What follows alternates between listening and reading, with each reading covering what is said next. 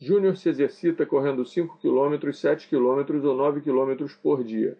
Em certo período de dias consecutivos, superior a 7 dias, ele percorreu um total de 51 km e, pelo menos uma vez, cada um dos percursos de 5 km, 7 km e 9 km. Quantas vezes neste período Júnior percorreu a distância de 5 km?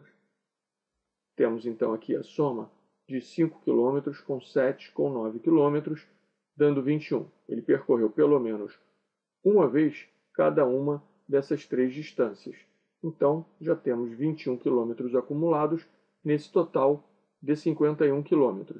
Como temos que saber o número de vezes, isto é, o número de dias, em que Júnior percorreu a distância de 5 km, vamos montar aqui uma equação para o total de quilômetros percorridos por Júnior, que inclui 21, que é essa soma aqui. Agora temos a combinação, nessa soma, do número de dias em que Júnior percorreu a distância de 5 km, né? Então x multiplicado por 5, mais o número de dias que Júnior percorreu a distância de 7 km, e temos que multiplicar então y por 7, e finalmente o número de dias que Júnior percorreu a distância de 9 km. Então temos que multiplicar w por 9. Essa soma dá 51.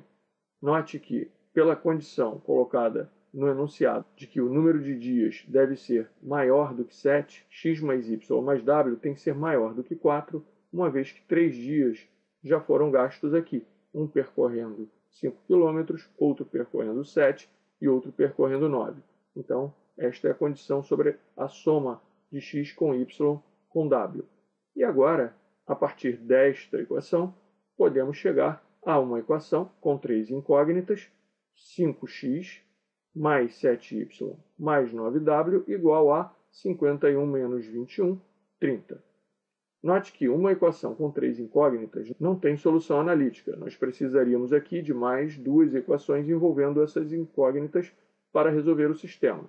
Teremos então que resolver por tentativa. Ocorre que os números são pequenos e podemos ver de cara que 5 vezes 6 igual a 30. Fazendo y igual a 0 e w igual a 0, nós já temos o número de dias em que Júnior percorreu a distância de 5 km. Seria então, considerando que x, y e w são números pertencentes ao conjunto de números naturais, uma vez que eles são números de dias, temos uma única solução, que é x igual a 6, y igual a 0 e w igual a 0. Ocorre que ainda há mais um dia aqui a ser somado, devido ao fato de ele ter percorrido essa distância aqui, pelo indicado aqui no enunciado. Então, nós temos 5 km, quantas vezes percorrido? 6 vezes aqui, mais uma vez aqui. 7 vezes, então, encerrada a questão.